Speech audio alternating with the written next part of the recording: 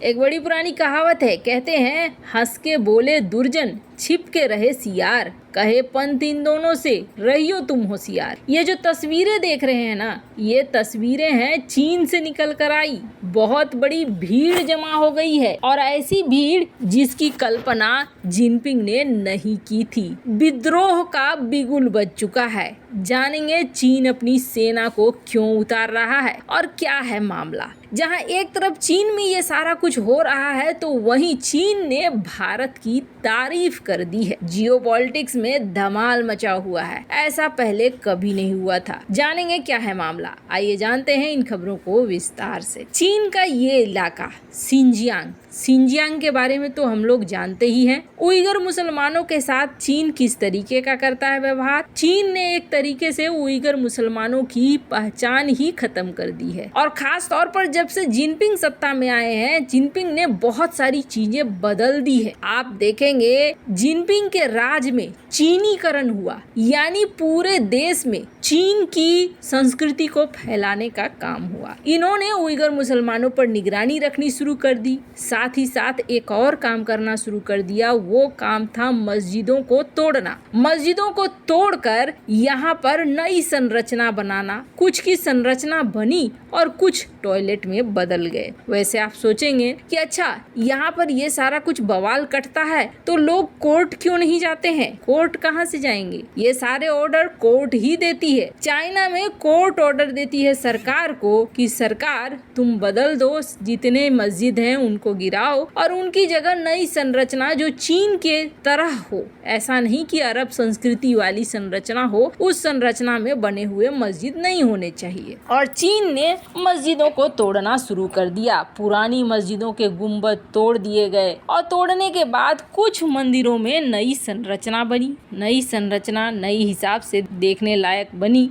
पर आपको बता दें यहाँ पर कहीं भी अरब जैसा दिखने वाला कुछ भी नहीं था। इस नई संरचना में ये हमने देखा, नई संरचना एकदम से चीनी संस्कृति से मिलती जुलती थी। आप सोचेंगे चलो ये तो सिंजियांग का मामला था। नहीं, सिंजियांग ही नहीं, सिंजियांग में जो कुछ भी हो रहा था उसके बाद चीन के अन्य इलाकों में भी जो मुस्लिम रहते हैं वो भी कहीं ना कहीं डर के साए में थे। उनको लगता था कि अगला नंबर हमारा है और अगली बारी हमारी है, हमारे भी मस्जिदों को इसी तरीके से गिरा दिया जाएगा। अब ऐसी ही एक चीज हुई है और वो चीज हुई है नैनजियांग इलाके में। और ये कहाँ पर है तो आपको बता दें, ये है सेंट्रल चाइना में, यानी चाइना के बीचों बीच यूनान प्रांत। इस प्रांत में ये मस्जिद देख रहे हैं आप। इस मस्जिद को गिराने के लिए चीनी सरकार ने अपनी सेना को भेजा और हालात ऐसे हो गए हैं कि यहाँ के जो मुस्लिम समुदाय है वो विरोध में खड़े हो गए हैं। विरोध में खड़े होकर ये कह रहे हैं कि ये हमारा आखिरी बचा हुआ मस्जिद है, इस मस्जिद में हम तोड़ फोड़ करने नहीं देंगे। अब आपको बता दें मामला क्या है। मामला ये है कि जो मस्जिद तोड़ देता है चाइना, उसमें से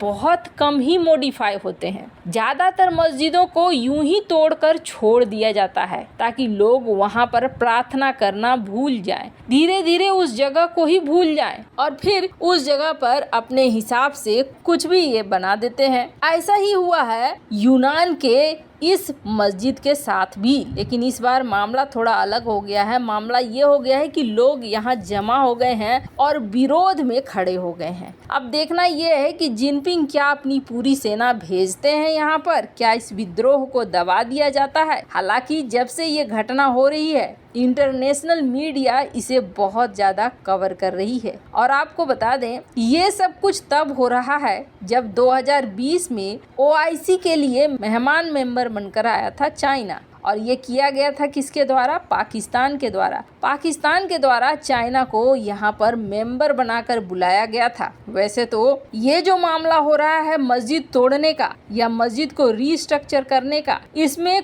OIC का कोई भी देश नहीं बोल रहा है। साफ तौर पर दिख रहा है चीन के पैसे और चीन के हथियारों के कारण ज्यादातर देश, मुस्लिम देश चुपचाप बैठे हुए हैं। वो कतर जो हमें ज्ञान दे देता है मोहम्मद पैगंबर के एक बयान पर, तो वो कतर चुप बैठा हुआ है। चाहे पाकिस्तान ही क्यों ना हो, जो बार बार हमें मुस्लिम देशों का रोना रोता है, वो भी यहाँ पे चुपचाप बैठा हुआ है। दुनिया में दोहरी नीति साफ साफ देखने को मिल रही है। खैर, अब यहाँ पर मस्जिद बचेगा या नहीं बचेगा ये तो आने वाले समय में पता चल ही जाएगा। पर इन सब के बीच में ना एक और बड़ी अजीब बात हुई है जिसे सुनकर लगेगा अच्छा, कानों पर यकीन नहीं हो रहा है कि ये बात चाइना ने कही है। हमने देखा भारत की नई संसद का उद्घाटन हुआ और इस उद्घाटन के साथ जो भव्य आयोजन किया गया था वो भी देखने को मिला। भारत ने अपनी संस्कृति दिखलाई और इस पूरे आयोजन में भारतीय संस्कृति हावी रही,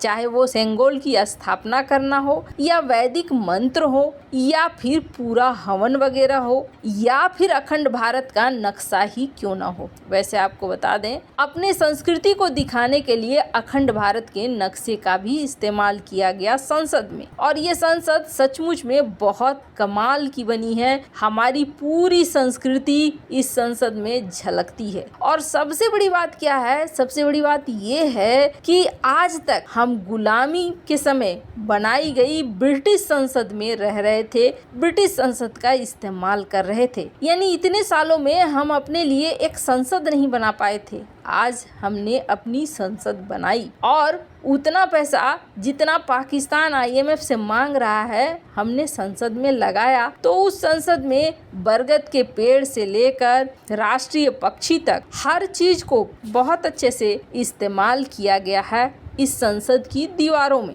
लेकिन अंतर्राष्ट्रीय मीडिया में क्या छपा? अंतर्राष्ट्रीय मीडिया में ये छपा कि हाँ, ये संसद बहुत अच्छा है, बहुत तेजी से बना है। लेकिन अंतर्राष्ट्रीय खबर में ये भी छपा कि विपक्ष के कुछ दल हैं जो इस नई संसद का विरोध कर रहे हैं। अब सवाल ये था कि ये सारा कुछ आयोजन चल रहा था, इस आयोजन पर चीन की भी प्रतिक्रिया आई, और चीन का जो ये गोबर टाइम्स है, यानी कि चाइना की सरकार जो कहना चाहती है ग्लोबल टाइम्स वही छापता है। उसने ये लिखा है कि हम भारत की प्रगति से खुश हैं, भारत ने नई संसद का निर्माण किया और हम चाहते हैं कि भारत और डेवलप करे और विकास करे। ये सुनकर एक बार को कानों को यकीन नहीं हुआ होगा, यानी चाइना भारत के सपोर्ट में बोल रहा है। आखिर अचानक से ये सूरज पश्चिम से क्यों उगाया? तो आपको बता दें, पश्चिम से उगने का एक बड़ा कारण है, और पहला कारण है अमेरिका ने नाटो प्लस में आने के लिए न्योता दिया है भारत को, और वो भी ऑफिशियल। और दूसरा बड़ा कारण है प्रधानमंत्री मोदी हाल ही में अमेरिका की यात्रा में जाने वाले हैं, यानी चाइना नहीं चाहता है कि किसी भी हाल में अमेरिका के साथ भारत का कोई गठबंधन बन जाए, इसलिए चाइना के सुर